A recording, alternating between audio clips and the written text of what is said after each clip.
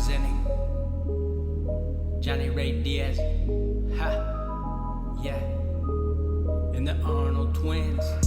Hollywood, Hollywood, Hollywood. Tell me what it's like to live in Hollywood. All right. We're already rolling, are we? Welcome back, everybody, to Surviving Hollywood podcast. If you're viewing us on YouTube, make sure to like and comment, right, Luis? That's correct. And if you're viewing us on iTunes, make sure you give us a 5-star rating. Roast us in the description of that 5-star rating, and we will read it live on air. Now, Oh, we're on a story? Oh, we're on a story. what's up, Hey. guys? My name is Aaron, Johnny Ray Diaz. Austin Arnold. and I'd like to introduce you guys to the guest of the hour, possibly our greatest guest yet. The legend himself. A man with 2.8 Million million subscribers on YouTube. A guy who started from nothing, and now he's something. He's going to teach us all how to get where he's at today. A man who's a YouTube legend. Luis. Mercado. Exactly. I should have let Johnny say the name. And the YouTube channel is How to Catch a Cheater. You've probably, either you're a subscriber to that channel or you've probably seen it peripherally. And that's the introduction. Cool, man. Awesome. Wow. So let's just say, what you been up to, man? What's going on with you? It's been a while. I just hit my 6-year anniversary of being in Hollywood. Okay, Down here, nice. so it's been 6 years this month. Dude, it's been a little over 6 years for me, too. Mm-hmm. Yeah. Where are you from originally? Palm Springs, so I'm California. Okay. You know, I didn't come from nothing. I was born in the U.S., so that helps. That's a big advantage right there. That was our first He question. came I'm from just middle kidding. class and made it to upper middle Middle class, class, yeah. ladies and gentlemen. Yeah, but you know, it's funny. Like, it's hard to answer, but like I've been doing a lot, and I'm just trying to add more to my plate while at the same time removing things I don't need, and then really fine tuning which direction I want to go with my career. What are you leaning toward? Like continuing with the YouTube stuff, or are you kind of on another? I'm gonna continue in entertainment. Period. Like I really do love entertainment. I love being a part of it. I love being on camera. I love making people laugh. It's just always been a thing for me.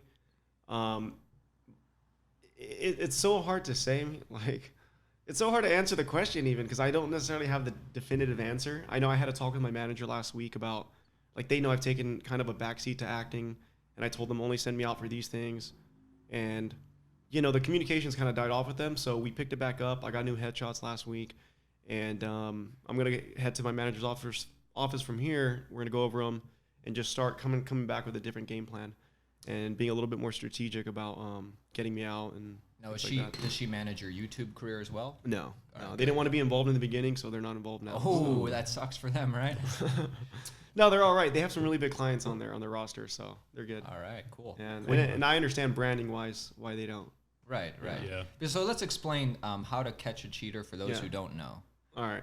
So to catch a cheater, for if you guys haven't seen it, a lot of people notice it like on Facebook and YouTube. Those are like the two main platforms. But the premise is basically a guy and a girl are dating. A girl wants to put her boyfriend to a test to see if he's faithful. So we'll hire like an attractive model, an Instagram model, like a hot girl, to go hit on the guy when he's not around, or when she's not around, just to see how the guy behaves.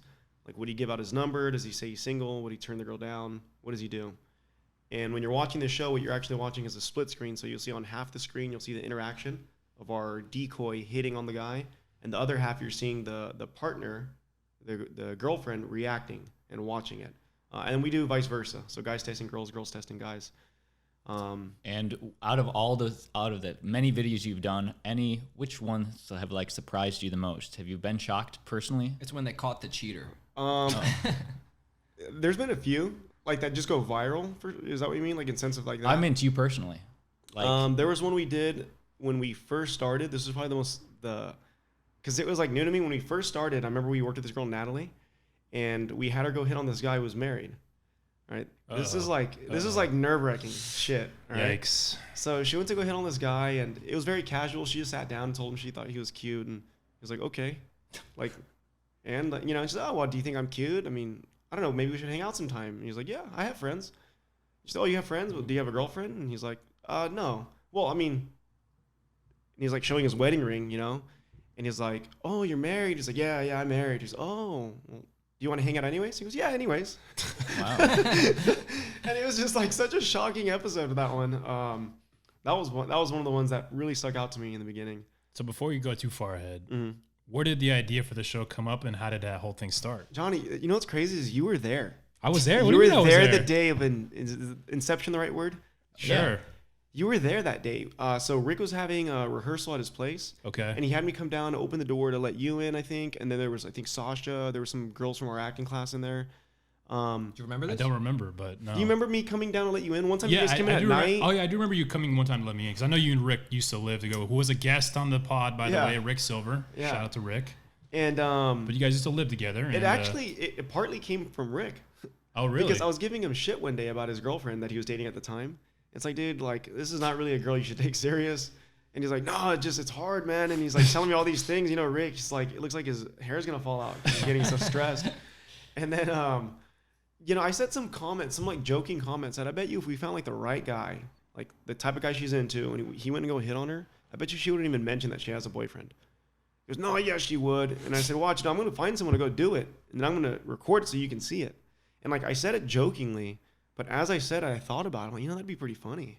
Like what would be funny to me is watching Rick's reaction because he's my friend. Right, yeah. You know what I mean? Yeah. Like just seeing his reaction would be like the fucking icing on the cake.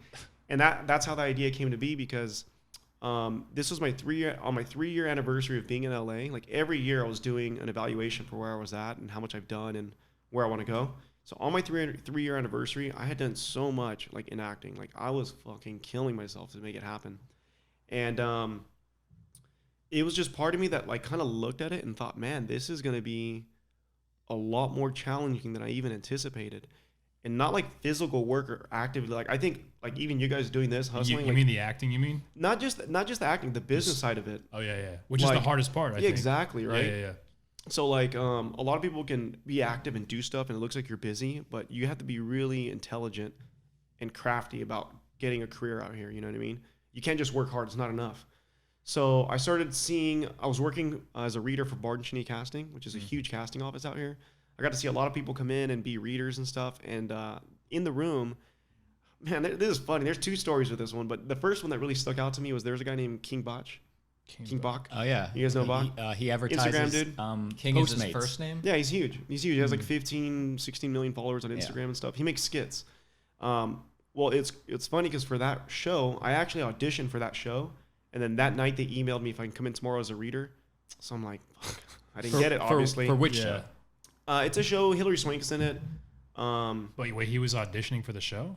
No. $1 Million He didn't Baby have. Here's what's crazy. series. He didn't have to audition for the show. Oh, he was already cast. No. Okay. Here's what's even crazier. His role didn't even exist on the show. They created a role for him. You know what I mean? Because he had such a huge following. And when they told me that, I was just kind of like, I was a little pissed, to be honest. Yeah, I'm for like, sure. God damn it, dude. I'm over here like doing theater, being a tree on stage, like doing a bunch of crazy shit, like legit actor in my mind. I'm trying to find this funny picture. But anyways, and then like the thing I went in to audition for was like this field worker. I still have this photo here. Oh wow. So like, because I've been cast as like The old classic immigrant. The old you classic know, immigrant. Farm worker. It's like it's imagine for people that first meet me and they're like, oh, I wonder what we can cast him in. Immigrant, Yeah. farm worker. You know what I mean? Which is weird that I honestly that you'd even be cast as that. I'm just gonna say that because like I audition sometimes for that stuff and I'm like, bro, I'm never gonna get this because like first of all I'm tall and I'm light skinned, so like they automatically assume like the Mexican needs to be short and like dark mustache. Yeah, and it's like, all right, why am I even here, man? But you know what I mean? That's funny. Yeah, that's just how it was. But I saw that, and then I saw a couple other things that just really shocked me. Like my first role was as a cholo. That was my first freaking speaking role in a was union that show. Raymond Cruz? Yeah. Raymond Cruz is dope. Yeah, and In what show? it's just like, God, how racist is this? Isn't town? that major crimes? Yeah, right? major crimes. Yeah. nice. You were on this. You were on that. No, I didn't work on that show. Oh. No, Every other crime show, Johnny but has guest starred every other procedural. Sure, I'm there. Look, this is my dad, right? in real He's life. very Nice. specific Mexican. Like if they're casting Mexicans, this is what they expect me to walk into the room looking like. Right. I So can't it's really pull that off. Cigarette commercial or something. He's just like that Godfather drug dealer. Yeah, whatever looks the heck. man. Anyway, so you were in the casting office. Yeah, and then I you saw all these people things and coming I in. thought, you know what? I wasn't on social media before, like, which is what's crazy. I had Facebook, and I mainly used it to keep in touch with my family and friends from high school and stuff. And I was so against social media, at the time. I didn't have Snapchat, Instagram, Twitter, all these things. I'm still kind of anti-social media, to be honest, but I do it. Yeah, right. No, I still do it. Like, look, if you look at the difference, like you look at my YouTube has 2.8 million, my Facebook has 1.4 million, my Instagram has like 28,000. It's like nowhere near. Like, I'm just not into that. Because you don't cultivate the Instagram one as much. Yeah, I'm just not like really into it. But now that Instagram's got IGTV, maybe that's a vehicle. But it's not monetized right now. So like we're not making money. So Right. So Yeah. I don't want to give it away for free. Doesn't make money. What's the point? Just quick question: when you were a reader, was that Schnee, right? Yeah. Okay, I have auditioned there once, but I saw you there when I auditioned once. Did you? yeah, he was talking about that too. Yeah. Oh, really? Yeah, I was Okay. talking about. It was for an Amazon show that's no longer there, and you were taking me into the room, and I was like, "Dude, I recognize you from somewhere." Oh, And you really? were like, "Oh, maybe TV," and I was like, I don't know, maybe." And then I figured it out in the car. Do you remember the name of the show? It was about female empowerment writers in an Amazon show. that narrows it down. A real life female newspaper writer about how she had female empowerment. Sounds familiar, man. I think I have Yeah. heard of some weird. Yeah. I don't know. If I knew the name, you guys would recognize it. All right. But what I was gonna ask you was when you're seeing all these actors funnel in, obviously it's like probably a variety of different roles, big roles, small roles, whatever.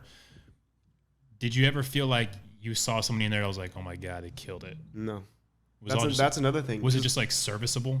So when I went in there, I mainly went in there to build a connection with the casting director, and I also curious to see. Okay, I just joined the union. I want to see what these big actors These big are like. actors, I want to see yeah. what they're doing. Because when I worked on set with Raymond Cruz, he was forgetting his lines. He couldn't remember shit.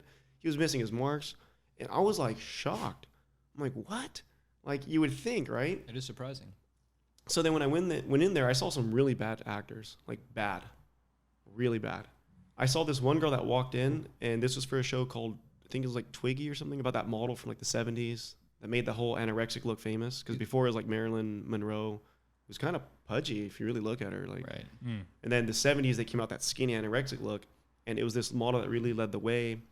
And they were, Fair Fawcett. I don't remember. No, I think it was Twiggy. Her name was like Twiggy name or was- something, or Twitchy or Don't something. know who that is, but So they were casting roles to be like girls to play her friends. And I remember I took up, they're all these hot ass girls coming in, which is great. SAG actresses. Yes. And that was another thing. I'll get to that. I remember she came in and then she auditioned and she did just such a bad job. And I'm working as the reader. And then when I'm done, I just look down and I look at the casting director, like, you know, to see what he says. And he was pretty nice to her. He's like, hey, you know, that was okay. But when she says like, fuck off, she's not saying that angry. She's like joking, like, ah, fuck off. Like, we're friends, you know? So do the same thing, but, you know, more friendly, more like a person talking to a person. She goes, okay. more like a human. Yeah. And she does the exact same audition, exactly the same. Like, she just completely ignored what he said. Well, that's the way she learned it. Right. And then he goes, that was good. Like, I knew he just didn't have nothing to tell her, just like, get out of here. She goes, okay. And then she goes back to the couch and grabs her purse. And then she remembered that she had her headshot and resume in there. So she just pulls it out and she goes, oh, are you guys going to cast me or can I keep this? Ooh. And he goes, you keep it. You know? So she, okay, like she didn't even know. She puts it back in her purse and leaves. And I'm just like, I've tried that line at auditions too. I'm just kidding. I was just like, it never goes well. but I was just thinking, how on earth did you even get in this room? Like, you know how much I had to hustle just to fucking make it in here as a reader? Well, she sounds hot. She was, but then one of the girls that was helping me, I forget her name, she was like, oh, she has 1 million followers on Instagram. And she was signed with like CAA, like one of these big ass agencies. Well, that's what it is. And I'm just like, fuck, man. Like, if that's the game they're going to play, then okay, I'm going to play that game. Oh. You know, and it was kind of my little revenge pissed offness in me. Yeah. And so I went full force. And I think like 3 months into YouTube, dude, I was like fucking killing it. And So let's go back to that day one. Like at that time, there were already like kind of like similar type YouTube channels that were being very successful. Prank Invasion was probably I know started Frankie before Invasion. you. He's like, a friend of mine. Oh yeah, okay. I've seen him filming sometimes.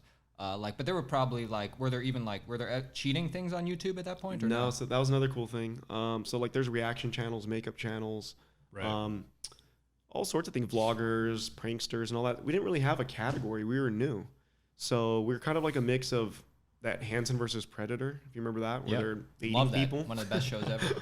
And then the show Cheaters with Joey Greco, Right. which Yeah.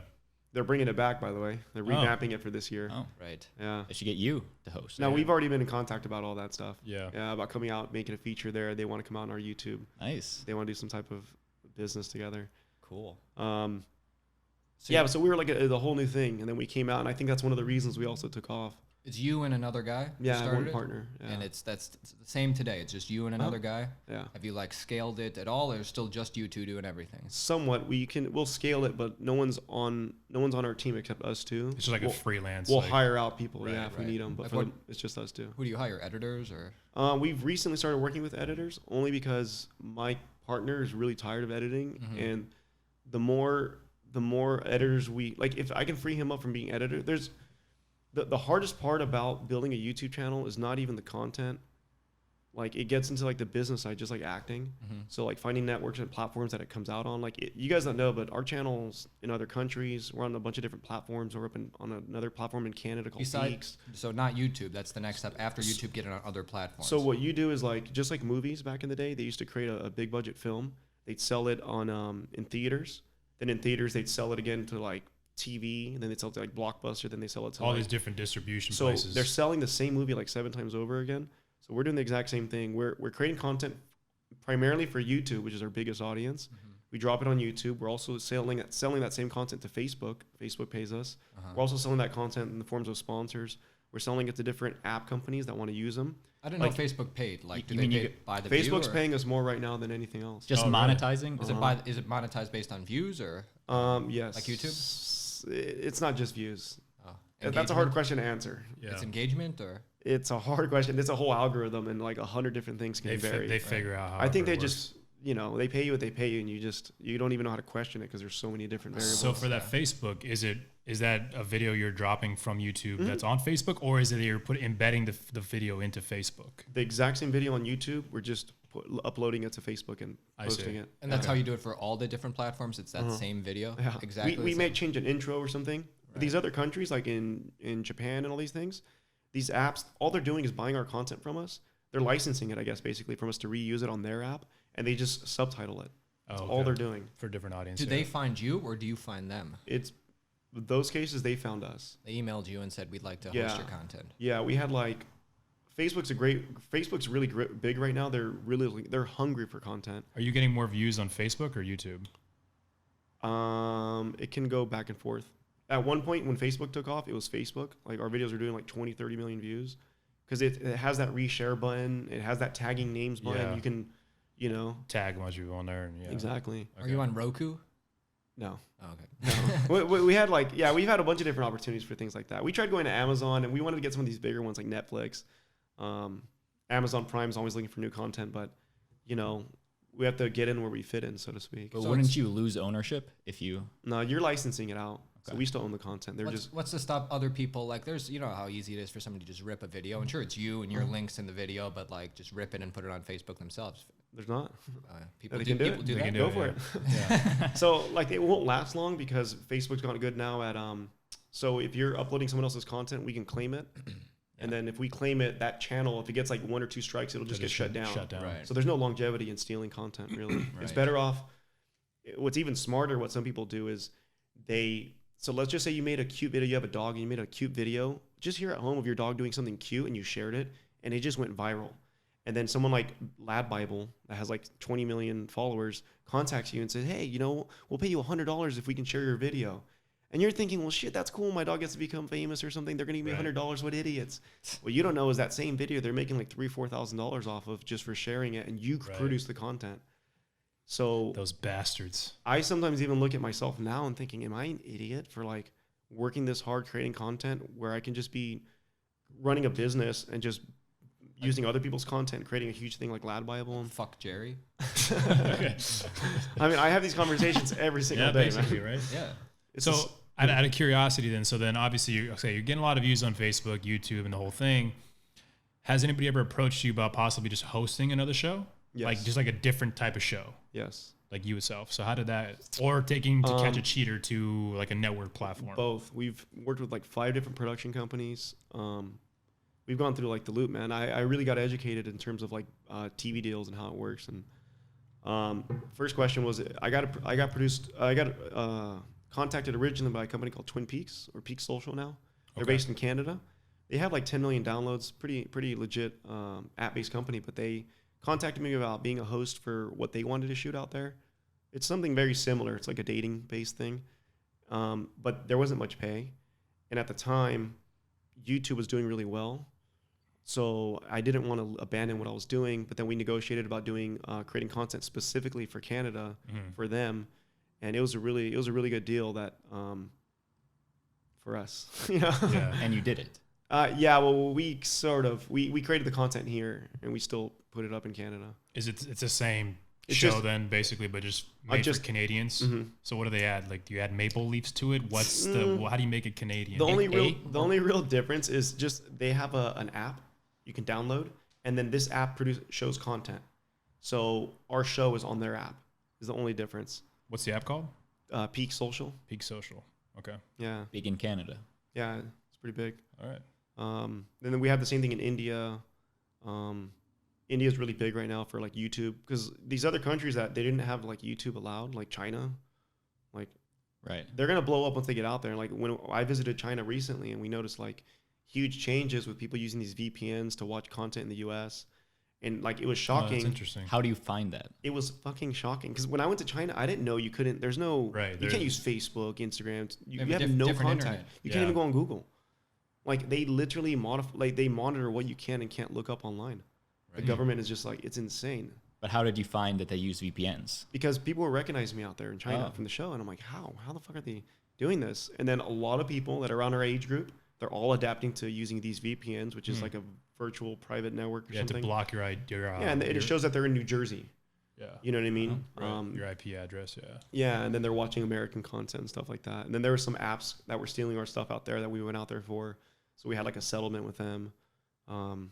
It wasn't that big, but it was some good money for us. So I want to go back to before you were successful. When you made that first episode, how did Did you ever use Rick, by the way? did you use Rick's? Or did you?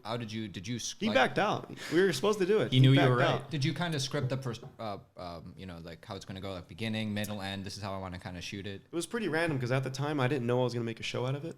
So my friend Marlene wanted to try it with her boyfriend, and that's pretty much how we started off. I also have these other YouTube videos I did. So like I did what was, I guess, To Catch a Cheater before we had the show. That video went super viral. It did like 12 million views. It was the same format, pretty much. Yeah, it's the exact same format, split screen and stuff. But that was our first attempt at a YouTube video. Yeah. And it just went viral. And you were like, "Whoa, we got something." Yeah, I here. remember Tyga was sharing it on his Facebook. I Nice. remember Charlie Sheen. Like Wow. a bunch of like celebrities were sharing this viral ass video that was making headlines. And then I think I moved to Atlanta at the time. I remember when you were getting ready to do that. I got my first guest star that never came out on TV. They didn't even use it. Damn. What show was that? Zoe Ever After. It was a BET show. Oh, yeah, after It had Ray J's sister Monica, or Brandy. I know Ray J. Biggest but fan. He had a sister Brandy. She had a show on BET. It only got 2 seasons, got canned. What's what was it? Sharonis' show? Huh? What's Sharonis' show? It's on BET. Games people play. Games- Yeah, play. I've been seeing that, man. I That's the messaged best him the other show. day. That was pretty awesome for him. Yeah. Yeah. I think he's on next week for this podcast. No, I'm just kidding. We'll get. He'll be here soon. Yeah. Yeah. But anyway, so you make the first episode. Oh, yeah. Then we did another. I did another video about like it was kind of like a prank, because I didn't know what I was gonna do. I was like, am I gonna be a fucking prankster right now? Like, is this really what I'm gonna do? Like Prank Invasion. Something like that. That was the standard. Yeah, so we did a video where there was this girl who went on these Tinder dates with these guys, and we made sure like all the guys that she was inviting out on this date were like 5'0" little twerpy guys. And while she's out on the date with them, like she is gorgeous, hot, dude, like super hot. So these guys are showing up on these dates. So you're filming the date. Do they know they're being filmed? No, that was the Okay. whole point. Okay. So they show up and they're like, fuck, how the hell did I get this? So they're super Yeah. excited. And like, as they're sitting there outside Starbucks, the guys think they're like about to get some lucky action here. And then, she was like, oh my God, I don't know how he found me. That's my ex-boyfriend. Don't look. And then I had my friend Terrence, who's, he's a security for this like strip club. He's like 6'7", huge ripped fucking black dude. And then like he shows up. So these like little 5-foot dudes are turning around, He's like, oh, so this is your new man? And he's like, this is your new man? This is who you fucking with now? And she's like, leave me alone, Terrence. Like, I told you, this. And she's like, oh God, like, when did you get out of prison? And like saying all this stuff. So the guys are just sitting, you'd see these guys like just shell up and like get super quiet. And the girl would be like, defend me, do something. And these guys like, looking up like, hey man, like, and then one of the times Terrence is like, oh, so this is your boyfriend? And she goes, yeah, you know what? Yes, it is. And then he's just like, no, I'm No, not. man, no, man. I don't even know this girl. I just like walked over here. And then we put that online, but it did like 20,000 views. It didn't get like nearly nothing to like what To Catch a Cheater did. I'm like, well, fuck. So then we did another, I guess, To Catch a Cheater before we had the show.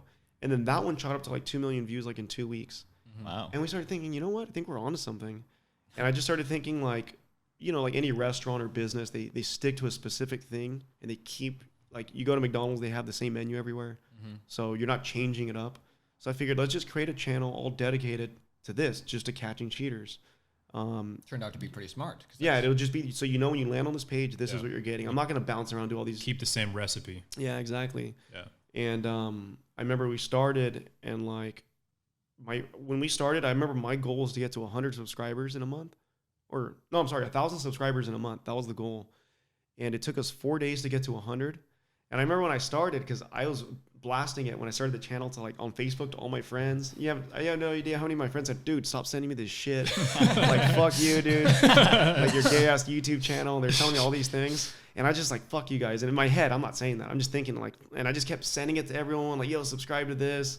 And then on our 4th day, we got 100 subscribers. And then right on our 30-day anniversary, we hit 1,000.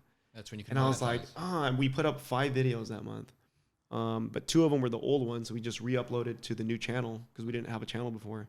And then 3 new ones, so we were like grinding. And then the next month, the goal was to get to 10,000, and we only landed like around like 6,000 something. And then the goal was at the end of the 3rd month to be at 100,000. And it was crazy because we climbed in our 3rd month to like 54,000 subscribers. We were 6 days away from that in the month. Right? And then we dropped this video. It's called Big Booty Cheater. And we had this Instagram model. I think I saw She had that a one. huge ass, right? That video on Facebook brought us to like from like 50 to 500,000 followers on Facebook. Posting how many times a week? No, just that one video. just the booty. But I'm saying in but the this is month. 3 months, so this is probably 4, 8, 12. This is probably like our 13th video. Oh. Let's just say. And that on our Facebook just shot up to 500,000. And then on our YouTube, we went from that 54,000 subscriber mark to 100,000 subscribers on the exact 90-day mark of when we started. And for some reason, I just thought we made it. You know, in my mind, that's what I thought was making it. For sure. I mean, you kind of did. I mean, that's a lot of subscribers in such a short time frame. Don't they send you? YouTube sends you something. Yeah, right? some plaques and stuff. I got hang 'em? quite a few. Yeah, they're in my house. But they send you the 100,000 button. subscriber Right. plaque. Yeah, and then and you have the million one too, the gold. Right? yeah, we got 2. We're having our 3rd one in a little bit when we get 3 million. Oh, what's the 3 million one? Just the same plaque. You just get it over again. Oh yeah. It's still gold. Yeah, they're coming up with new updated ones. Oh, So I got the cool. older one. My partner has the newer one, and we were like always arguing who has what. Were you ever worried? Oh my God, we're growing so fast. Is this unsustainable? Like, were you ever like, do we keep going in the same direction? A little bit. In the beginning, there was an episode we were getting sued right when we started. By Like, who? There was this girl that worked at what's that restaurant? BJ's. So we did this episode called Rapper Steals Girlfriend. We're always coming up with like these clickbaity titles. And this guy, this is a really funny episode. This guy's name is J-Star. He's like a rapper. And we had him going out and hitting on this guy's girlfriend. So she was coming into work. That's how we knew where she was going to be. So as she was coming into work, he was posted out there waiting. And he just happened to stop her. He's like, excuse me, has anyone ever told you you're beautiful? Aw. And she's like, oh, thanks. And she kind of kept walking, and he kept walking with her. He's like, where are you going to work? Oh, you know, I just want to talk to you for a minute. And she's like, oh, well, you know. And he's like, maybe I can get your number. We can hang out.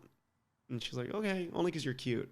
She gives out her number. But then, like, the only reason it became bad is because she was going right into her work.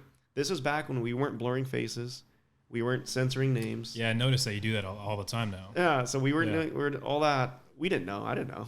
Yeah. So that girl, we dropped it on YouTube, and then we dropped it on Facebook. And within like 24 hours, this girl's name was getting tagged up everywhere on Facebook. Damn.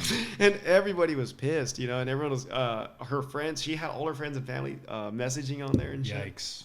And it became a big ordeal. And then So what was she trying to sue you for? For using defamation of character. She was also claiming she was going to get fired from work because her work saw it. She made her own choices, did she not? She was in public. Yeah, but again, so Exactly, I was like gonna you're say. literally you're allowed to record whoever, and Right. You can post it online. But the moment you start making money, you're monetizing, then it becomes illegal.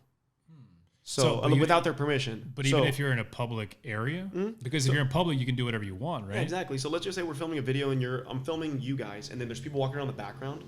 You know, technically they're going to be in the video, especially if you're shooting guerrilla style, right? If one of them gets mad and says, I walk by in the background and I don't want to be in that video, now YouTube has a feature where you can blur people after you've posted, but at the time you couldn't. You have to just remove the video. So we had to just remove the video. But basically, yeah, you do need people's permission if they're recognizable. But if you make them unrecognizable, we change the pitch in their voice, we bleep out the names, well, then they're unrecognizable. You know what I mean? Except to their family that really knows them. Yeah. Right. Well, that's what I was going to ask you, because a lot of the recent videos you have now have like their eyes blocked out and all that kind of stuff, Yeah. which is like, which I understand it, but at the same time, I'm like, you want to see that facial reaction. That's the money piece, right? Yeah. So It's that's why I was wondering, because, you know, in public, I feel like you'd be able to get away with shooting anybody, but yeah, I guess you can't do that anymore. Is that pretty much what you're saying? Legally, no. If you guys recorded me without my consent and posted online with no monetization, it's not an issue. But the moment you turn on the monetization button on YouTube and you're now making profit, well, then it becomes illegal because I didn't give you permission to do that. Hold that thought. Yeah. Do we have your consent to be on this video? Yeah, you do. We're not making any money, so it's okay. How has, because YouTube's changed their algorithm over the last 2 Constantly. years. Yeah, so how has your channel changed because of that? You know, dude, it's like any other business. So you're constantly having to adapt and change. And then the thing about the social media and just like more recent times is things change and they change fast. Like right when we're getting used to the new way that YouTube's being, you know, going about their business, it changes again. And then it changes again. Like what? Like they favor longer videos now than Yeah, they used 10-minute videos or more. They get shared more. They're getting very censorship. They're getting very censored with their content. So as far as long term with my show, I don't really see it being surviving too long on the YouTube platform for that very reason. because It's of getting censorship? Well, very censorship. Wouldn't Yeah. it be better though if you made 10-minute videos? Because then you can just stick a bunch of ads, or at least Yeah. one more ad. He Yeah, does now. but Well, your again, videos have been longer. But again, yeah, Yeah. so we've been creating 10-minute episodes, but you're not really making that much money off AdSense. Like people think, right? So How much money? Okay, you I'll got, give you guys, you got 1 million views. How much money is that making? it's hard to answer. It really depends on the kind of content. It's basically, this is the way I put it. The more Disney friendly your content is, the higher your AdSense will be. The more your American audience you have, the higher your AdSense will be. So, like, back in like, what's his name? What's that prankster? Vitali and FuzzyTube. Yeah. Those guys. So back in their days, they did a video that did 25 million views. They'd probably make like times by 5. They'd probably make like 200 and like, I don't know. They'd probably make like 150 to 100 like $80,000 off that one video. Damn. Now we're doing a 25 million view video. We're making like 25,000. So we're getting like $1 CPM right now, which is like $1,000 for every million views. But why is that? Because number one, it wasn't saturated at the time, so it was an open market. In So 2013. This Less is than 2013. 10-minute videos you're talking about, right? I'm talking 2013. But like videos are like less than 10 minutes where you just have that ad in the beginning. Yeah, that's part of it. But I'm just talking 2013. Right. Like, and it's gone through changes. And then there's a whole PewDiePie controversy in like 2017, I think it was, when there was Will you disown him right now on Who? this PewDiePie? No. I'm just kidding. I like the guy. Yeah, PewDiePie's great. It's just different. No one was doing sponsors before. It was seen as not cool. Now you look Right. cooler to have a sponsor. Like, ooh, someone selected you. Oh, someone's making money. Ooh, Lululemon is sponsoring you. Does Ooh, AdSense have a problem with that? Like if you put No. in? No, not really. But like we're doing, our page does like 25 to 50 million views a month as a cumulative page, and literally you're matching dollar for dollar. Like for every million views, you're making like $1,000. So it's not as profitable as it used to be. We take our income, then I cut it in half, and like that's my income. Because you have a partner. Exactly. So Yeah. then the other way we have to make money is finding sponsors to put in episodes. That's where you make the real money. Some, yeah. I mean, it just really depends. Again, I'm going to go back to how Disney friendly are you, because our videos, because they're not seen as like Disney friendly, Yeah. we're only going to be able to get certain brands like condoms, liquor, fucking like They have the money. things like that. All the You can't vices. get like Look, tech or something, like just neutral? So saw we get s- video game things. We get like a lot of that stuff, but ideally you want Pepsi. I saw You like a want big tutor one brands. that you did one time. There's a Tutorage, Tutorage, ED Birdie, yeah. SA Shark. Those are our bigger ones. So like in 2000, this is where also where we got in trouble. There was a company. This is like, again, there's so many changes. I can talk about this forever, but in 2017, it was the beginning of the year in January, we got contacted by a company called EDU Birdie, which helps write essays and like, anything you need for like school, college, Every cheater needs it. whatever you need, right? So they do that work for you, and then that's their business. And it's kind of like an Uber. So EDU Birdie is just a website. It's a hosting website. You have people that'll sign on to be writers, and you have people that come on as students So they just looking for writers. connect them together. That's all they're doing. Yeah. And in 2017, they said, we want to be on every one of your videos. And we said, okay. So we negotiated pricing, but then also, because they were going to be consistent, we gave them like a better price. But then there were sometimes we get sponsors that are paying us like $10,000, $15,000 for an episode. And it's like, well, man, we don't want to lose out on those. So I remember we told them, said, look, if we get a big sponsor, we're going to have to bump you guys a week. And they go, no, we don't care. We don't care if you have 2 sponsors. Just we want to be on every single episode. Now, at the time, I thought, what idiots. At the time, I'm like, man, dude, I'm putting up episodes. I'm dropping 2 sponsors on an episode, making like 15, 20K because I'm making EDU Birdie and this shit. And then we're going to get AdSense, like, fuck. And like, it was crazy. Now, what I come to realize, they wanted to be on every single episode in 2017, 2018, right? And all the times I get approached from like people that recognize me from the show, easily more than half the people that come up to me will ask me about EDU Birdie. Like they really branded themselves. They literally think I'm like a freaking ambassador for the company. Oh, wow. Cool. You know what I mean? So they branded themselves so well that at the end of EDU Birdie is a new company. So in 2017, they gave us a report in December that 19% of their business, their entire company, came from just us. Where 1/5 of their business was just one channel, was us. Should have asked for more money. Yeah. Now, I mean, I can get into like business about YouTube and all that, but We would really, love that. now I look at it and I'm like, what a fucking idiot. I could have been selling my own stuff. I could have been promoting my own brand. I could have been, doing my own courses, doing whatever. But instead, I gave it to them, settling for these $2,500, $3,200, brand deals per episode because I just wanted that consistent income. Sure. But I mean, I look at it now and it's like, They were banking on it. dude, they probably looked at me like, what an idiot. Dude, he's doing all the work. We would have given him 100,000 per. But hey, all right. So, Do you do your own stuff now? what do you mean? Courses? Brands? I've done courses for A master class. Airbnb. I've taught courses. I used to teach body language seminars back in the day. I was in direct sales. I was like real hardcore. Everything I've done, I've pretty much gone hardcore with. So I was into that. I'm going to get back into it again now that like I realize how much of an audience I have and how converting 1% sales or even half of 1% sales on a 100,000 view video on a $500 course is still more profitable than taking a brand deal for $2,500. So now that I have an audience, I can kind of guide them to wherever I'm going to go in whichever direction. It doesn't really matter. And then, have my business on the back end that's really making me my money because YouTube AdSense is not paying us that much. It's almost become to a point where I don't even know if it's worth it just by it. If I didn't have all these other stuff, I wouldn't be doing YouTube. And you say that you don't foresee yourself on YouTube in like 5 years from now. YouTube, yeah, just not to catch a cheater. I don't perceive to catch a cheater. I will, as long as YouTube's around, I'm pretty sure I'm going to keep an appearance online. Yeah. And then how would you transition to Just more personal anything. stuff? So Like here's lifestyle vlog? I've done vlogs. People love them. My first vlog did like 500,000 views on a new channel. But if like you- no subscribers, but Like, is there what's the next step though? What was there something you're looking at? Like, because here's my question actually. How much of it do you think was your idea that this is going to be big on YouTube and that maybe anybody could have ran with this idea versus just you being able to,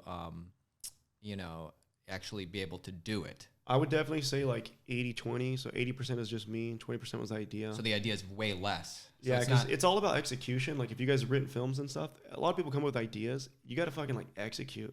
And then like it takes a hustle in a person. Like I can see why so many people have hit 1 million subscribers, 2 million subscribers, and they disappear off YouTube. Like I understand it now. When I started, I'm like, why the fuck would you quit? Like That's doesn't when you're make making the any most money. sense. You would think. Yeah. But you like the more income you make, the more you become accustomed to, the more you start seeing what's you're missing.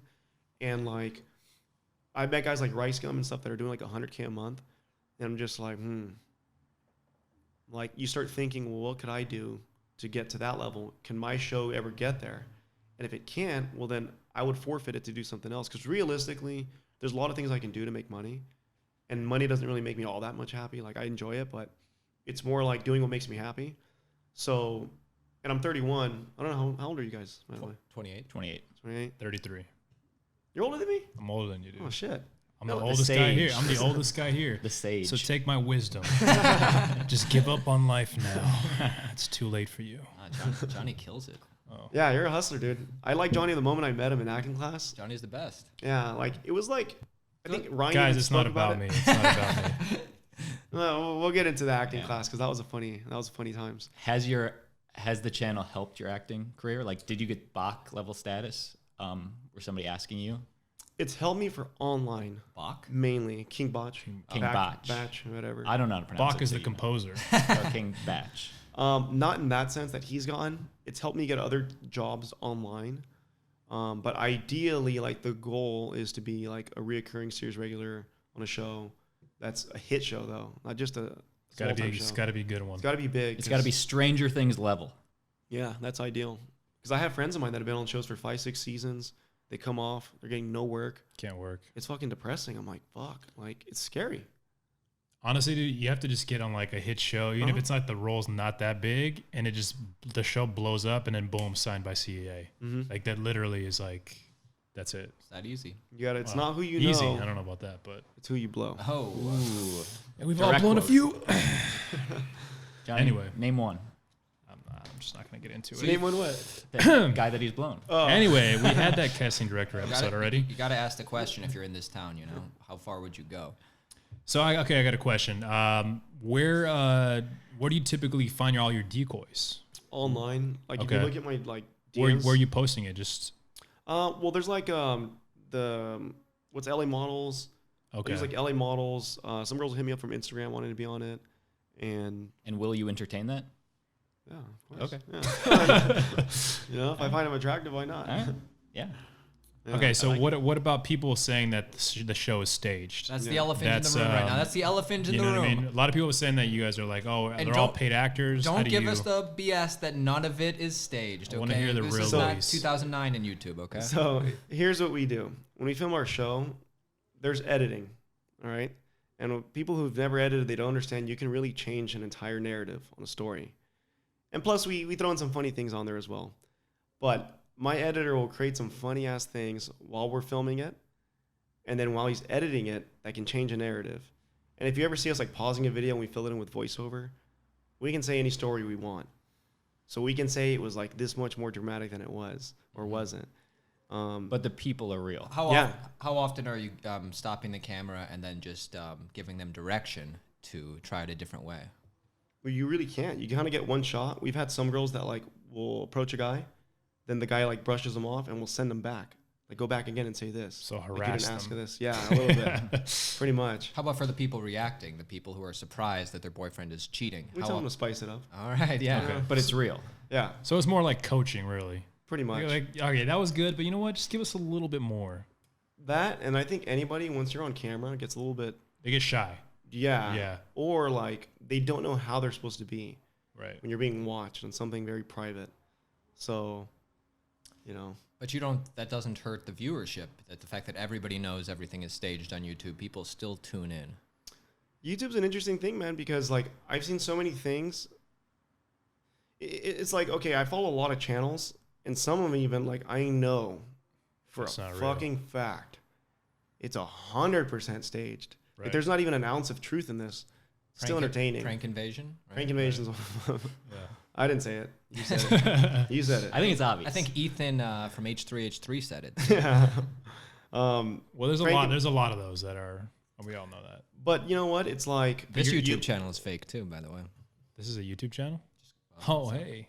Just kidding. Anyway, back to you. So like, what was I gonna say about prank invasion? Staged. Not that so much, but I was comparing It's him to entertaining, something. though. He's creating entertainment. His is a weird entertainment, but it's like his is weird shit, like prank invasion specifically. Because sometimes you're like watching, what the fuck am I watching? It's like disturbing. he made out with that girl so easily. Maybe she is attainable. But he's selling, he's selling like these courses, and he's selling things on the back end as well now. If you notice that, like I know his AdSense has got to be darn near zero. Like Because he is of YouTube. probably making like $5,000 a month. Why? Mm. Because he gets demonetized or It's what? demonetization, running little to no ads, giving the cheaper ads. Like I just literally know and then like we were doing a collab video. We're supposed to do a collab video where I wanted him to come out, And we're not sitting cool, me and Prank Invasion, because I went to San Francisco one weekend and we were supposed to collab and he just didn't respond anymore. Right. Wow. And I'm thinking, you fucking weasel. Like, Wow. dude, I could have helped this guy so much even if you would have but he's a kid, you know? Or I don't know how old he is, but he's like a kid. 12. No, he seems like kidding. 20s, mid-20s. Kid. Do you, speaking of H3H3, because they did a piece on you. Yeah. Did Correct. they? Yeah, Yeah. they did. I watched it. Did he roast you? Yeah, it's pretty funny. I- I've shared that video with like so many people, man. That's what I'm gonna ask. That's And a point of pride. Nikki Swift did one on you too. Yeah. Do you? I mean, H3H3s, they're calling you out for being like, oh, just a basic bitch YouTuber. Do you care, or do you take that as part of the really. YouTube game? Of It was on my birthday. I think that video dropped, and I was like celebrating. I'm like, oh fuck yeah, because like at the time we were at 500,000 subscribers, and I was like, it's about time he fucking roast me. You know what I mean? It bumped you up. People then check. Yeah, out we got a your lot channel. of you got a lot of following from that. And then a lot of people come Yeah. up to me now, like they'll say, "Hey man, that shirt makes you look buff," and like because it's part of So his gimmick and shit.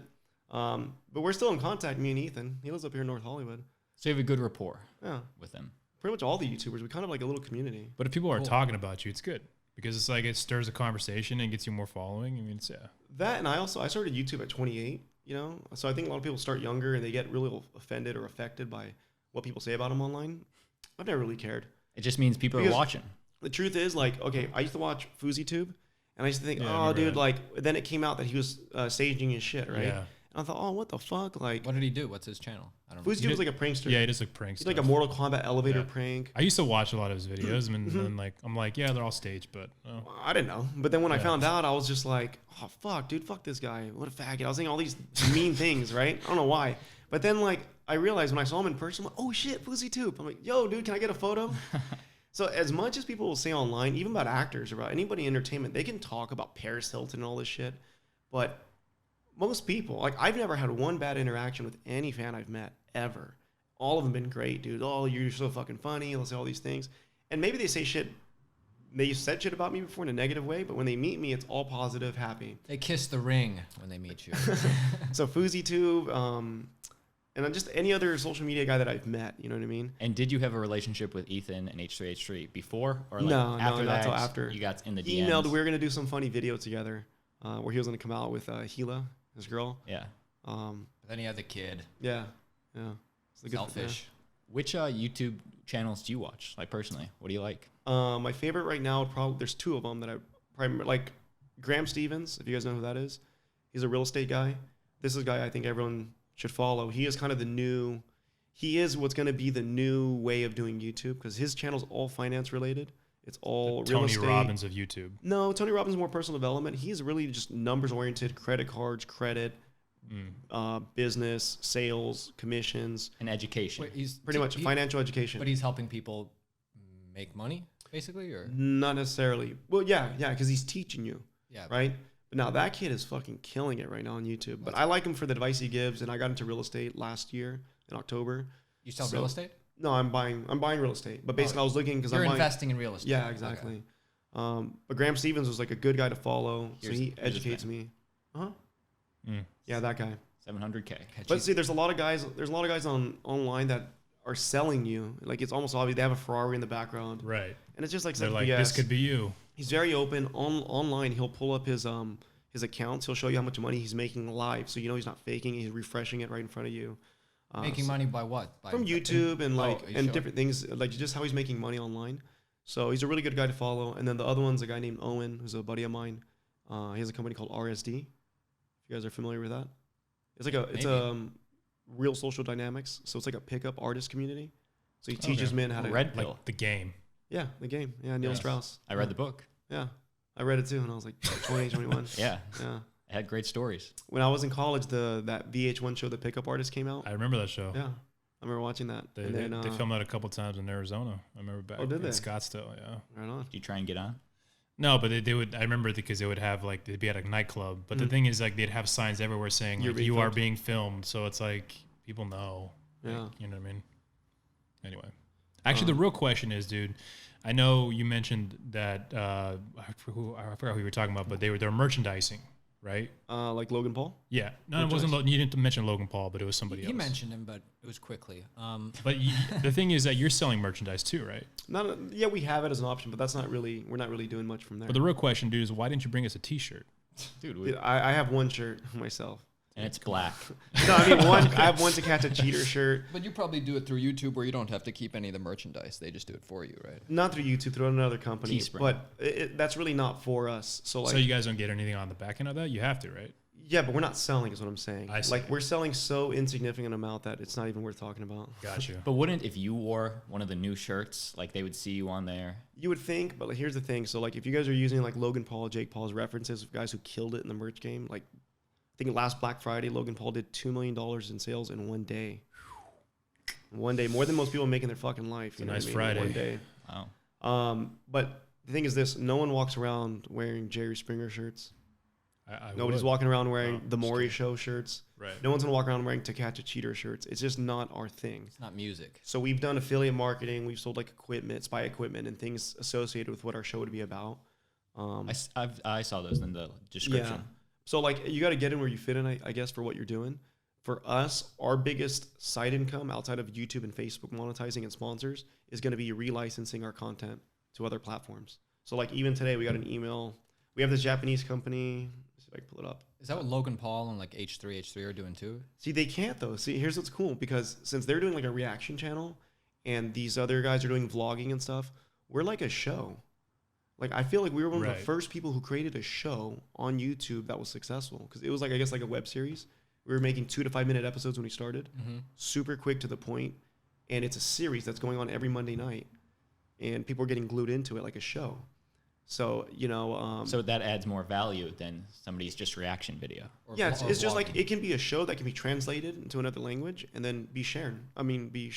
But there's a certain aspect of the presentational style of what you do that makes it so other markets will buy it as opposed to vlogging. Yeah, because like vlogging, it's not gonna be the same effect. Like you have to speak English to watch certain of these vloggers. Right. But we created a show. Luxury Pranks is another one.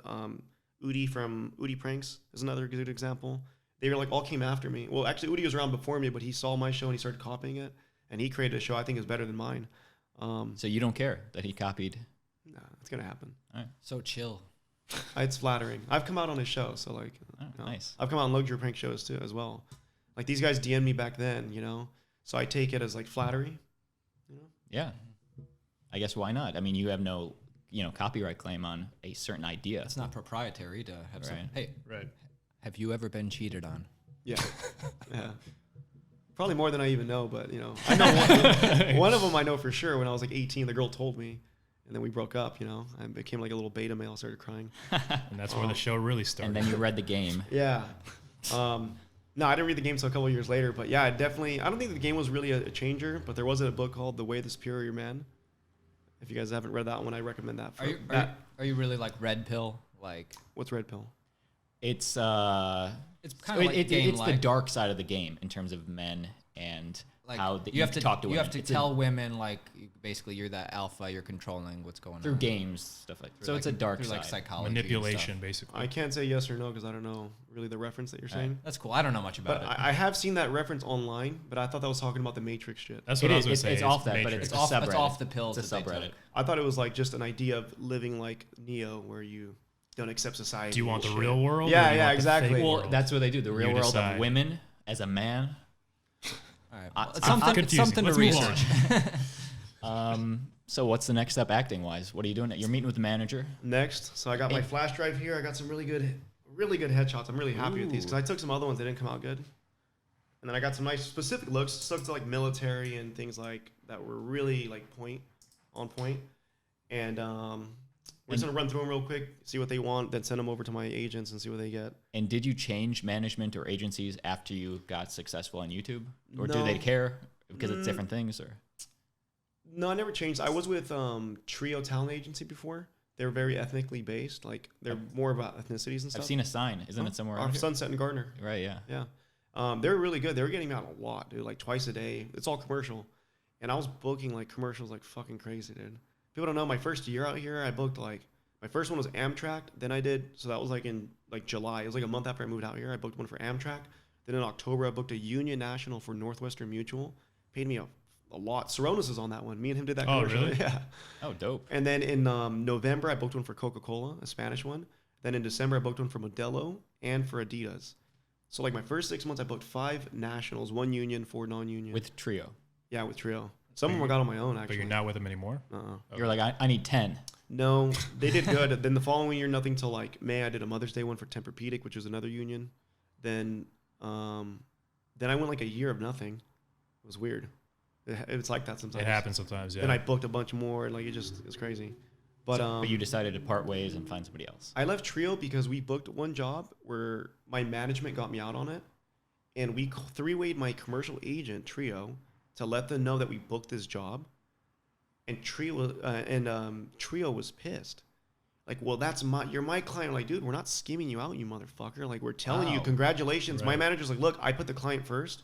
So whether you got them out, you submitted them, I submitted them, but I have a personal relationship with that casting They're director. getting paid anyway. Why do they care? What does it matter? Exactly. Whoa. So once Rodney from Trio, and like if he's listening, fuck him, dude, because his attitude is just really what cost him. Actually, I'm just gonna say right now, I'm signed with Rodney. There we go. I'm just kidding. Oh, okay. Tell him in person. I just thought, what a bad attitude he had. What a piss poor attitude. And I told my manager, I said, dude, I don't care. Like, we can leave him right now. So we left. Yeah. But do you ever consider like because of the value you have with your entrepreneurial-esque YouTube page and stuff, like take that to CAA and say, hey, Yeah, when the timing's right. Like my brand's still not good. Like it doesn't help me any. Like when I go into auditions, my resume will have. I was about to ask you about that too. I have YouTube on there.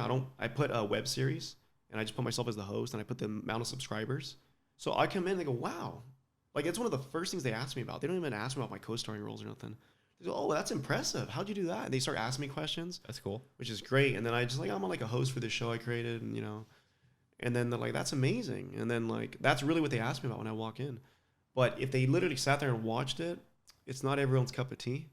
Mm-hmm. So I definitely can see how it can go against. Especially if a casting director is on the show and they didn't realize it. Yeah, or for like That's my girlfriend. Wait a minute. Yeah, or if like I'm trying to get like a Disney thing, Right. They're like, oh, we can't put this guy on fucking Disney. So does that happen to you at auditions sometimes, where sometimes you go in and people recognize you from the show and they treat you differently, or they look at it like, oh man, you're just the host of this thing, like we don't. Once they knew it, they thought it looked familiar, and then we talked, and they go, oh my god, I have seen your show. Like that's amazing that you created that. Like I don't even know if they remembered, but they just thought it was awesome. So do you think it's good or bad in terms for acting purposes, like in auditioning? Has it been helpful or been more detrimental? I think it's just been neutral. Okay. Like neither. Okay.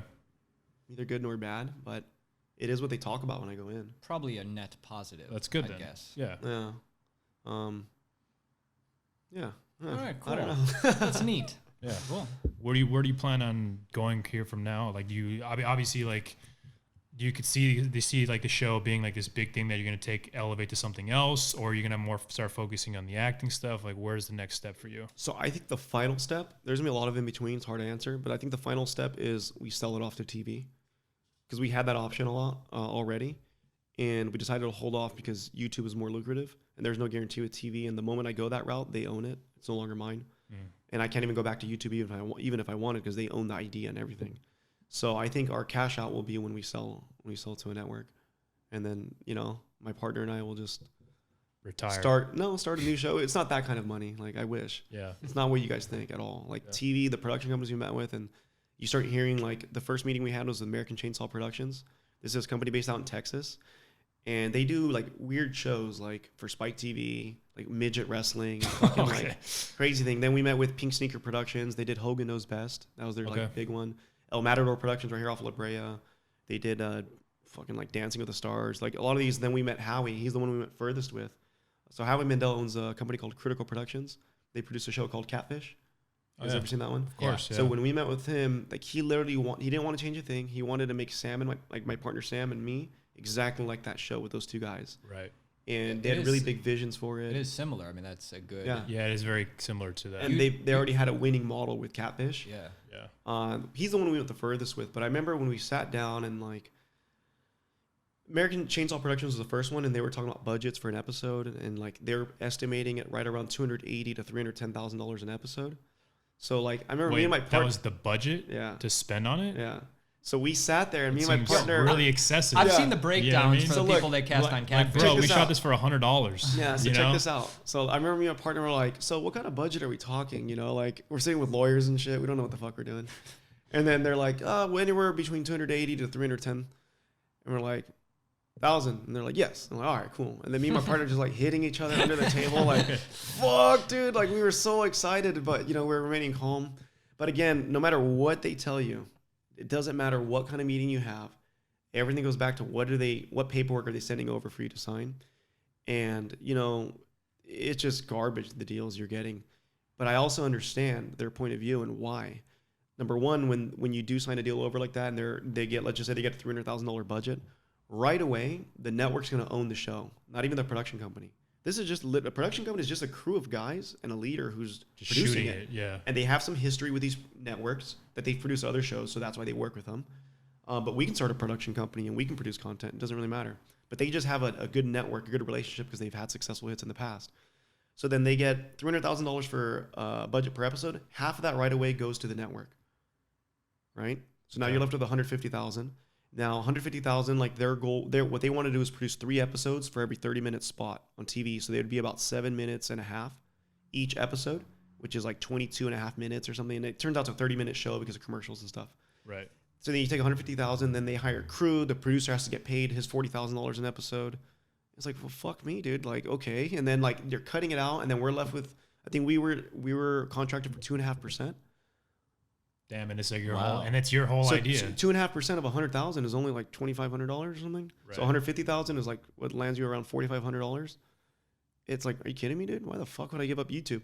But then they break it down to you like, look, the first 2 seasons, it pretty much is then the network getting their investment back because they're taking all the risk. They're buying the show. Yeah. They're bidding all their sponsors. They're taking away from another show that could be on here, and that's just the way it goes. But if you guys can make it to season 3.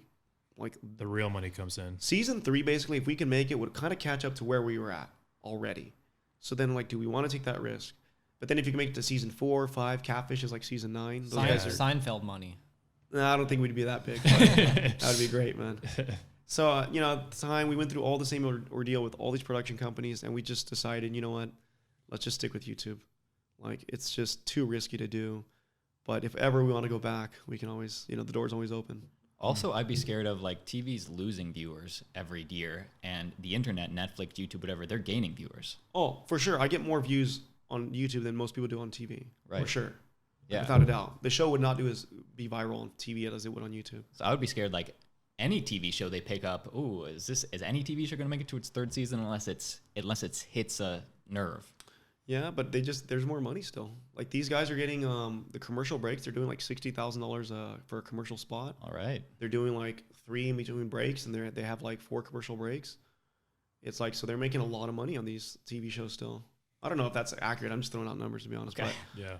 But so there's more money, and my goal when I forgot to even mention this when I started the show originally, because I didn't know you could even make money on YouTube.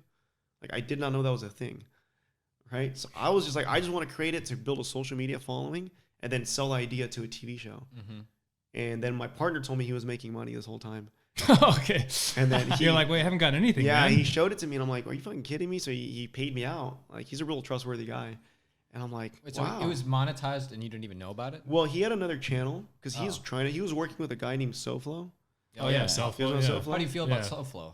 Well, those are staged Personally? too, right? Doesn't he steal are content? He was all stealing staged, content. He yeah. wasn't staging. He was just Oh. stealing content. Oh, okay. And he puts a little like, hey, this is so This me. is Yeah. self-flow. So, I mean, before I just thought, whatever. But after I met him, he's just like a very, what's the word? He's like a little snake.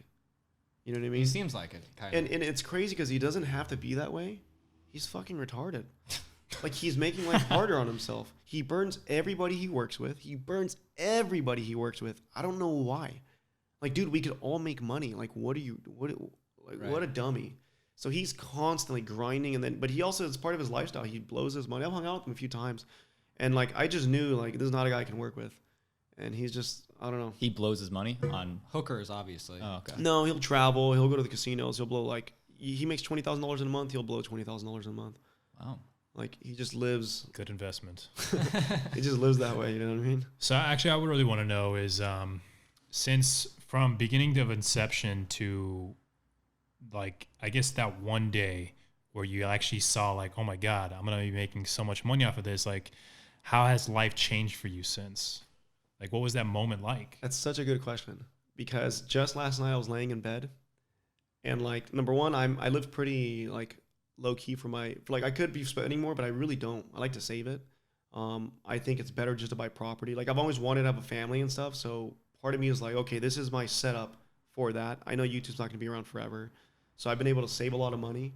I still buy clothes that I'd be buying when I wasn't doing the show. I'm still wearing shoes I'd be wearing when I wasn't doing the show. I make Well, you got a nice watch. It was a sponsor. So Oh, there we go. I've got 5 of these. And then we basically, I just tell myself I'll make one dumb decision a year. You know, it's kind of what I did. So I did that with my Slingshot, which is my little tricycle car that I had when my first year. I saw that on one of the videos. And then I got my Maserati, which was like fucking, I just crashed it like a week and a half ago. I saw that on the IG story, dude. Did you decide to get a new one, or what's the situation? They're cutting me a check, so I'm going to go to Palm Springs probably tomorrow to pick that up. Who's cutting your check? State Farm. Because somebody ran into me and totaled the car. Oh, Yeah. okay. Yeah. So you But you went the Rick Silver route where you just got like. No, cool Rick cars. Silver's crazy, dude. Rick Silver spends his money like crazy. I have an RV business. I also have a duplex. So like, these are things to me that if I wanted to stop, I can live off my investments. Your right other now. your other. I wouldn't be incomes. crazy, but like, I'd be fine. Like, I keep my rent's like $750 a month. Like, I keep super low key. Wow. I save like 90% of my income I make every month. So like, it's provided security, but at the same time, has it changed my life? Not really, man. It's fucking weird, but it almost got a little depressing last November. Because everything I ever thought I wanted, like, I got. Mm-hmm. Like financially, you mean, in terms of like. So because like at 28 is on this show. Like, I've been an entrepreneur since I was like 17, right? I started my first business doing pavers. My dad does construction, so I tried going that route. I failed really bad at my first job. I lost a lot of money. Decided to go to college. Came back. I started another business when I was 20 doing direct sales for this company called ACN. Oh, yeah, I've heard of it before. Actually, I tried it as well. Yeah, I think Donald Trump I've was always like had involved that back then. entrepreneurial spirit, so I was like, oh, this make a lot of money. I did that for a year and 4 months. I made like negative like $18,000 or something like that. Ooh. Wow. So when I moved back from college, from January to June, I worked 2 full-time jobs while my parents allowed me to stay at their place. Just saving my money. My goal is to get to $10,000. I got to like $8,600 when I heard about ECN. I said, this is gonna be it. Yeah. Fuck it, dude. I'm gonna be a millionaire. Went out a year and 4 months. I went full time, so I quit everything. That $8,600 savings I had went to zero. Then the credit cards I was building up got to $10,000 in debt. I like maxed out. I had nowhere left to go. I was done, dude. I had no more leverage on anything. Then I quit ACN, and then I joined a company called Melaleuca. I've heard my mom used to do that. And then that was the first business like I started What is actually that? making money. It was like you're selling household. Well, Yeah. you're selling memberships for people to shop online to buy their household items. It's an MLM. That one's technically not, but it's kind of the same format. They have I'll like be different honest. products, like skin products and all kinds of Cleaning products, just Right. household everyday items that people use, but it's like green friendly, you know, what I mean? right, eco-friendly, natural, stuff, or something. Yeah. So you sell a $29 membership, you make a $25 commission, but then you make a percentage of every time they shop online because they have your account attached because you signed them up. And the idea is to build a big audience. So that one, I remember like my first month, I had nowhere left to go. So I just went hardcore. I made like $2,070. And I'm like, oh my God, I've never seen a fucking comma in my check. And I'm fucking almost 21 now. And then I like the next month it went to 2,700, then 3,400, then 4,500, then 5,400, then 6,070 when I hit senior director. Qualified, I got a Mercedes. They give me like a car allowance. And I just kept going ham. Then I got kind of bought into going for a new company called Nerium, which is like an anti-aging skincare. I've heard of that one too. Yeah. My mom was on. You're Mexican, bro. She's probably Bro. done Herbalife, Mary Kay, all these Those things. things are the Nurium is expensive though, man. Yeah, it is. It's like $100 a bottle or something. Probably more. We know Probably about Mary more. Kay. For you. So I remember she's like, "Yeah, I got this for my skin." I'm like, "That was like $150." I'm like, "What?" crazy. I used to sell $1,000 packs. Like the first 4 days, I did like $12,000 in sales, because like any craft, if you practice, you'll get better. And that was me now, like 4 years in to doing network marketing. So when I got Nerium, dude, it was like a breeze. I did like $12,500. I qualified for the fucking car in 4 days. I got to like $80,000, $90,000 in not personal commissions, but like in sales within my organization by like my 6th month. And then when December hit, I turned 25. I was in like a 7-year relationship from 18 to 25. So we ended that on my birthday. I was renting a house in Palm Springs. And then I really thought, what the fuck am I doing in my life? Like, am I really working for money? Like, this just sounds pointless. So I was a little burnt out from sales. My relationship ended. I wanted change. So I started from scratch, moved to LA. I said, I'm going to be an actor. I rented out this guy's living room, like a little corner. This is a pretty big living room. This is like in the ghetto off Wilcox, if you know where Theater Row's at. Yeah. Okay. Yeah, that little ghetto hood in the back where all the trannies are walking around. That's where I was living. Super small little apartment. I had a little corner, so I had a mattress on the floor. Did we ever rehearse there? I don't think so. No. I was probably embarrassed, man. No. When did you move in with Rick? That was much later. That was years later then. No, it was. Wasn't it? I lived. So that was like a year and 4 months after moving out here, or something like that. Because I was booking all these commercials. It was right after my Mother's Day commercial. So this must have been 2014, like like April or some shit. Okay. But yeah, I remember like he was so strict. But I was paying $380 a month. That was my rent at the time. Wow. Cheap, dude. So I'm like, dude, I'm a full-time actor. So I was doing student films, short films. Like I was auditioning 7-9 times a day. Like it was just insane. Like I was just gunning for it because I had nothing else. Like no girl, no house, no dog. Like I just lost it all. Dude. Like it's fucking life was shit. This guy gave me strict rules. You can't shower after 10. You can't cook after 10. Like I don't want to fucking hear noise after 10. What if I'm hungry? I do, but the low rent, I just put up with it. I was doing mad acting classes, putting all my money into headshots and making it work. When I first moved here, dude, I was paying $400 a month for a garage. Oh shit! I was living in this garage that this woman had converted into a room. Dude, in hindsight, like thinking about it, I was like, God, that was so cheap. Mm-hmm. At the time, I'm like, I can't be living in a garage forever, so I got to get out of here. But I'm like, man, that $400 a month though. Did she also park her car? Smell the exhaust in the morning. That was the hard part. She's like, yeah, I'm doing crafts in the garage. What? This is where I sleep. And you're like, I'll be here. Anyways, I got to bounce in like 5 minutes. All right, let's let's just round it up then. Ram it up. Well, let me just finish up on that question about as far as like happiness and all this crazy philosophy you can get into. Like, truthfully, it's weird, but I always tell everyone that's kind of gunning for what you're going after because I'd rather live in that phase than I am now. Like, I forgot how the saying goes, but like, you're most unhappy when you're going after something, and then you're also unhappy when you get it. So it's kind of like this thing. Once I got it, like you can only sit there and celebrate for so long before it's like, okay, now what? Yeah. What's my you motivation? Get too comfortable in a way. Like I'm not as motivated. I'm not this energetic Luis that I was, and I'm thinking like the shit I bought, like, okay, now it's sitting there. Like I got it. It was on my vision board to get a Maserati when I moved to LA when I was 25. I put it on my vision board. So like that was the car I had to get. You know what I mean? But then I got it, and then it's like. Now what? You crashed it. Yeah, then I crashed it. You know what I mean? And it's kind of like, man, I need something new that excites me again. So that's why I'm going back into doing acting again and want to do that and chase after that. I'm still going to do my business with YouTube and my RVs and fucking anything I can to make me money. But as far as like what energizes me, like it still goes back to just being an entertainer. This is what started me in the first place. It's so cliche, but literally it does not make you any happier to make more money. Interesting. It's fucking weird. That's what they say. Like Springsteen and all those guys, they were never happier when they were happiest when they were hustling. Yeah, dude, that's why I can see like Justin Bieber and these guys losing their mind because like you feel like pointless. That's why people get into drugs. I really feel like what else is there to do? Fucking heroin. Oh, like it's the best high, they say. Yeah. Maybe once you're 90, do it. That's you're ready to die. The 100th episode, I mean? We'll try it. So I'm far from where I want to be, but I did hit a good point, I guess. Yeah. But there's so much more to go after, and you live in LA, you're around some really wealthy people. So like, what I would say, it's at least cool because it gives you less worry in terms of financial side. Because you know actors are always struggling. Yeah. So not having to think about that is one less thing on your plate. You know what I mean? Sometimes it's a good motivator, though. True. Absolutely. I agree. There's auditions and things I just don't want to go to. Like, right? Because you're like, I don't need the feature film paying me $100. I don't need $100. Yeah. It looks like shit. The writer I'd never heard of. Nah. And it's like maybe it was a good experience for me to go do, but I didn't do it. Yeah. Maybe it was the next Superbad. Yeah, maybe. Could be. Okay. Well, last question I have is, when do we get to be on the show? Ooh. Whenever you guys want. You guys are twins, yeah? Yeah. Yeah. Dude, there should be like a twin episode. They're decoys. With our friend Johnny, who's Mexican. Yeah.